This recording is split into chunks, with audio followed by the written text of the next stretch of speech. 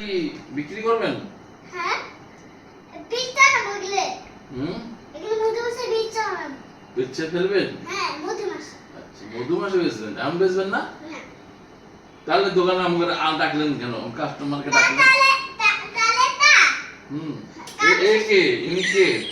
উনি দোকানদার? উনি আমার বাচ্চা।